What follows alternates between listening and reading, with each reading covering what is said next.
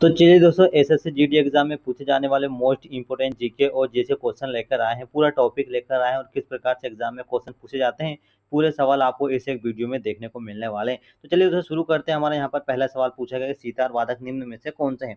यहाँ पर पूछा गया है कि सितार वादक निम्न में से कौन से दोस्तों। तो यहाँ पर right answer option number A Ravishankar. Ravishankar क्या है, तो एक प्रकार के रविशंकर क्या है, तो सितार वादक है। अगला सवाल दोस्तों हमारे यहाँ पर है तबला वादक निम्न में से कौन है। तो जो तबला वादक है वो कौन है, जाकिर हुसैन। जाकिर हुसैन क्या है दोस्तों, तो जाकिर हुसैन क्या है, तबला वादक है। अगला सवाल है बांसुरी वादक निम्न में से कौन है। तो बांसुरी वादक हरिप्रसाद चौरसिया का संबंध किससे है, तो यह बांसुरी वादक से है। अगला सवाल है शहनाई वादक निम्न में से कौन है। तो शहनाई वादक बिस्मिल्लाह खान। बिस्मिल्लाह खान क्या है, तो शहनाई वादक है। इस प्रकार दोस्तों एसएससी एग्जाम में इसी प्रकार से क्वेश्चन पूछे जा रहे हैं। इनमें से भी कई क्वेश्चन पूछे जा चुके हैं, आप इसे ध्यान से पढ़े। अगला सवाल दोस्तों हमारे यहाँ पर संतूर वादक निम्न में से कौन है। तो शिव कुमार शर्मा। शिव कुमार शर्मा क्या है, तो ये एक संतूर वादक है। अगला सवाल है सरोद वादक निम्न में से कौन है। तो सरोद वादक अमजद अली खान का संबंध किससे है, तो सरोद वादक से है। याद रखना, सरोद वादक का संबंध किससे है, तो अमजद अली खान क्या बजाते थे, तो सरोद बजाते थे। अगला वादक किस प्रकार का वाद्य दोस्तों, तो जो तबला वादक होता है वह ताल वाद होता है। क्या होता है, ताल वाद होता है। अगला सवाल है दोस्तों हमारे यहाँ पर सितार किस प्रकार का वाद्य है। पूछा गया है कि सितार निम्न में से किस प्रकार का वाद्य है, तो वह तार वाद होता है। जो सितार होता है वह तार वाद होता है। अगला सवाल है बांसुरी किस प्रकार का वाद है। तो बांसुरी वायुवाद है। बांसुरी किस प्रकार का वाद है, तो यह वायुवाद है। अगला सवाल है यहाँ पर काशी विश्वनाथ मंदिर कहाँ पर स्थित दोस्तों, तो यह वाराणसी में है। कहाँ पर स्थित है, तो वाराणसी में स्थित है। अगला सवाल है तिरुपति बालाजी मंदिर किस राज्य में स्थित है, तो यह आंध्र प्रदेश राज्य में स्थित है। अगला सवाल है सोमनाथ मंदिर कहाँ पर स्थित है दोस्तों। तो सोमनाथ मंदिर कहाँ पर स्थित है, गुजरात राज्य में स्थित है ना, याद रखना।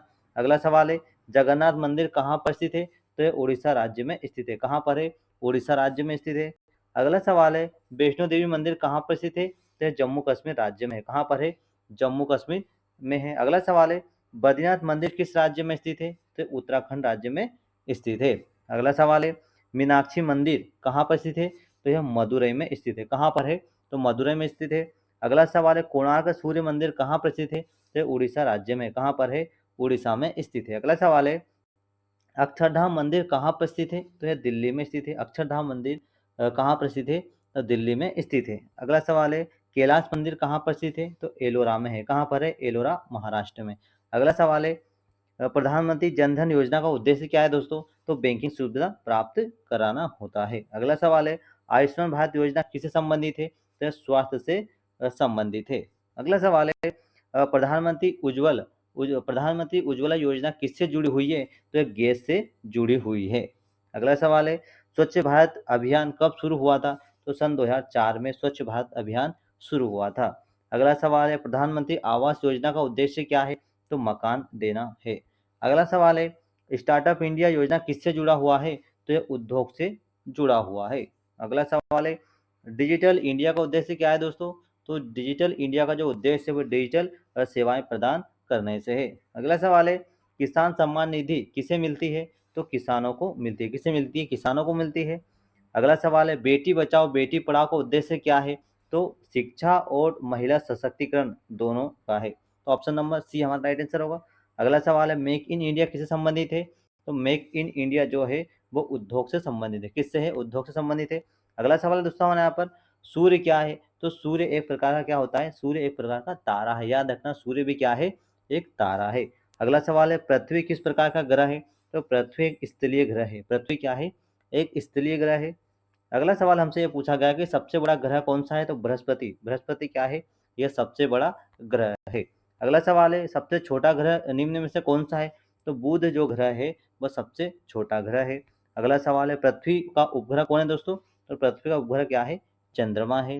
अगला सवाल है लाल ग्रह कौन सा है, तो मंगल ग्रह को क्या कहा जाता है, मंगल ग्रह को लाल ग्रह कहा जाता है। अगला सवाल है शनि के कितने छल्ले होते हैं, तो शनि के अनेक छल्ले होते हैं। अगला सवाल है सबसे चमकीला ग्रह निम्न में से कौन सा है, तो शुक्र ग्रह जो है दोस्तों वह सबसे चमकीला ग्रह माना जाता है। अगला सवाल है सूर्य से सबसे पास ग्रह निम्न में से कौन सा है, सूर्य से सबसे पास ग्रह कौन सा है, तो बुध ग्रह जो है वह सूर्य के सबसे पास वाला ग्रह है। अगला सवाल है सौरमंडल में कुल कितने ग्रह दोस्तों, तो सौरमंडल में कुल कितने ग्रह है? तो 8 ग्रह है। कितने ग्रह है? 8 ग्रह है। अगला सवाल है, लंबाई की एसआई इकाई क्या है? लंबाई की एसआई इकाई क्या है दोस्तों? तो मीटर है। क्या है? मीटर है। अगला सवाल है, समय की इकाई क्या है दोस्तों? तो समय की इकाई क्या है? सेकंड है। समय की इकाई क्या है? सेकंड है। अगला सवाल है, द्रव्यमान की इकाई क्या है दोस्तों? द्रव्यमान की जो इकाई है वो किलोग्राम में होती है। अगला सवाल है, तापमान की इकाई क्या है दोस्तों? तो तापमान की इकाई क्या है? केल्विन है। क्या है? केल्विन है। अगला सवाल है, बल की इकाई क्या है? तो बल की इकाई है न्यूटन है। अगला सवाल है, ऊर्जा की इकाई क्या है? तो ऊर्जा की इकाई है जूल। ऑप्शन नंबर ए हमारे यहाँ पर राइट आंसर होगा। अगला सवाल है, शक्ति की इकाई क्या है? तो शक्ति की इकाई क्या है दोस्तों? वाट है। अगला सवाल है, दाब की इकाई क्या है? तो दाब की इकाई होती है पास्कल। क्या है? पास्कल है। अगला सवाल है, विद्युत धारा की इकाई क्या है दोस्तों? तो विद्युत धारा की इकाई होती है एम्पियर। क्या होती है? एम्पियर होती है। आवेश की इकाई क्या है दोस्तों? तो आवेश की इकाई होती है coulomb. Option number C right answer होगा। अगला सवाल है, क्रिकेट में एक टीम में कितने खिलाड़ी होते हैं? तो 11 खिलाड़ी होते हैं। कितने खिलाड़ी होते हैं? 11 खिलाड़ी होते हैं। अगला सवाल है, हॉकी में खिलाड़ियों की संख्या कितनी है दोस्तों? तो 11 होती है। कितनी होती है? 11 होती है। उसके बाद फुटबॉल में एक टीम में कितने खिलाड़ी होते हैं? तो फुटबॉल में भी एक टीम में 11 खिलाड़ी होते हैं। उसके बाद टेनिस में कितने खिलाड़ी होते हैं? तो 2 होते हैं। कितने होते हैं? 2 होते हैं। अगला सवाल है, कबड्डी में खिलाड़ियों की संख्या कितनी होती है दोस्तों? तो 7 होती है। कितनी होती है? 7 होती है। अगला सवाल है, ओलंपिक खेल कितने वर्षों में होता है? तो ओलंपिक खेल 4 वर्षों में एक बार होता है। अगला सवाल है, भारत का राष्ट्रीय खेल क्या है दोस्तों? तो हॉकी है। क्या है? हॉकी है। अगला सवाल है, बैडमिंटन में शटल को क्या कहते हैं दोस्तों? तो कोक कहा जाता है। क्या कहते हैं? कोक कहते हैं। अगला सवाल है, बॉक्सिंग में जीत कैसे होती है? बॉक्सिंग में जीत कैसे होती है? तो नॉकआउट के द्वारा होती है। अगला सवाल है, एशियाई खेल कहाँ होते हैं दोस्तों? तो एशियाई खेल कहाँ होते हैं? तो हर 4 साल में होते हैं। अगला सवाल है, असहयोग आंदोलन किसने शुरू किया था दोस्तों? तो महात्मा गांधी ने असहयोग आंदोलन शुरू किया था। अगला सवाल है, सविनय अवज्ञा आंदोलन कब शुरू हुआ था? तो 1930 में शुरू हुआ था। नेक्स्ट सवाल है, भारत छोड़ो आंदोलन कब हुआ था? तो 1942 में। याद रखना, 1942 में भारत छोड़ो आंदोलन शुरू हुआ था। अगला सवाल है, जलियांवाला बाग घटना कब हुई थी? तो सन 1919 में यह घटना हुई थी। उसके बाद नेक्स्ट सवाल है, दांडी मार्च किससे जुड़ा हुआ है? तो नमक सत्याग्रह से दांडी मार्च से जुड़ा हुआ है। अगला सवाल है, चंपारण आंदोलन किससे जुड़ा हुआ है? तो यह किसान से, चंपारण आंदोलन किसानों से जुड़ा हुआ है। अगला सवाल है, खिलाफत आंदोलन किससे जुड़ा हुआ है? तो यह मुस्लिम से जुड़ा हुआ है। अगला सवाल है, होम रूल आंदोलन किसने शुरू किया था? तो एनी बेसेंट ने शुरू किया था। अगला सवाल है, स्वदेशी आंदोलन कब शुरू हुआ था दोस्तों? तो 1905 में। याद रखना, 1905 में स्वदेशी आंदोलन शुरू हुआ था। अगला सवाल है, सविनय अवज्ञा का अर्थ क्या होता है? तो कानून तोड़ना अहिंसक होता है। अगला सवाल है, भील जनजाति कहाँ पाई जाती है दोस्तों? तो राजस्थान, गुजरात और मध्य प्रदेश यानी सभी जगह भील जनजाति पाई जाती है। अगला सवाल है, संथाल जनजाति कहाँ पर पाई जाती है? तो बिहार, झारखंड और बंगाल सभी जगह पाई जाती है संथाल जनजाति। उसके बाद गोंड जनजाति कहाँ पाई जाती है? तो मध्य प्रदेश, छत्तीसगढ़ और महाराष्ट्र में भी क्या पाई जाती है?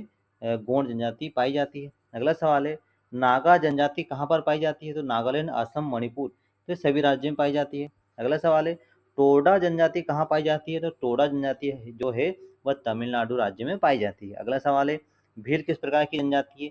तो ये वनवासी जनजाति है। अगला सवाल है, संथाल किससे जुड़ा हुआ है?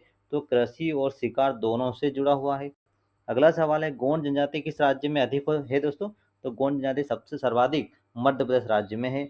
अगला सवाल है, टोडा जनजाति किस क्षेत्र में रहती है? तो यह नीलगिरी क्षेत्र में रहती है।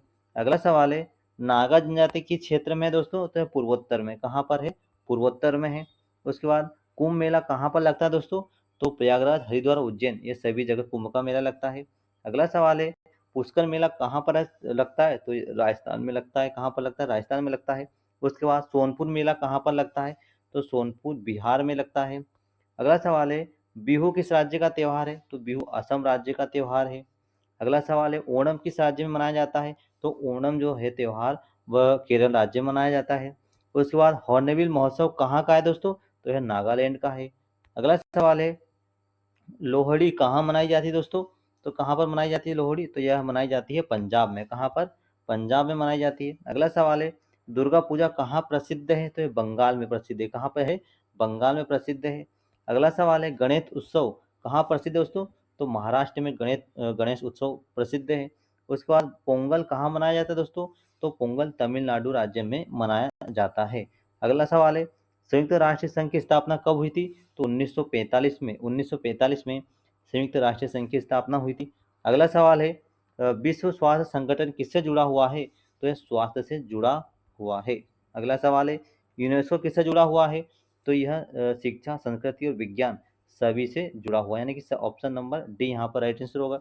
अगला सवाल है, नाटो किस प्रकार का संगठन है दोस्तों? तो नाटो एक सैन्य संगठन है। क्या है? नाटो एक सैन्य संगठन है। आईएम किससे जुड़ा हुआ है? तो यह वित्त से जुड़ा हुआ है। किससे जुड़ा हुआ? वित्त क्षेत्र से जुड़ा हुआ है। उसके बाद आरबीआई क्या है? तो आरबीआई एक केंद्रीय बैंक है। क्या है? आरबीआई केंद्रीय बैंक है। अगला सवाल है, इसरो किससे जुड़ा हुआ है? तो यह अंतरिक्ष से जुड़ा हुआ है, इसरो। अगला सवाल है, डब्ल्यूटीओ किससे जुड़ा है? तो यह व्यापार से। याद रखना, डब्ल्यूटीओ जो है वो व्यापार से जुड़ा हुआ है।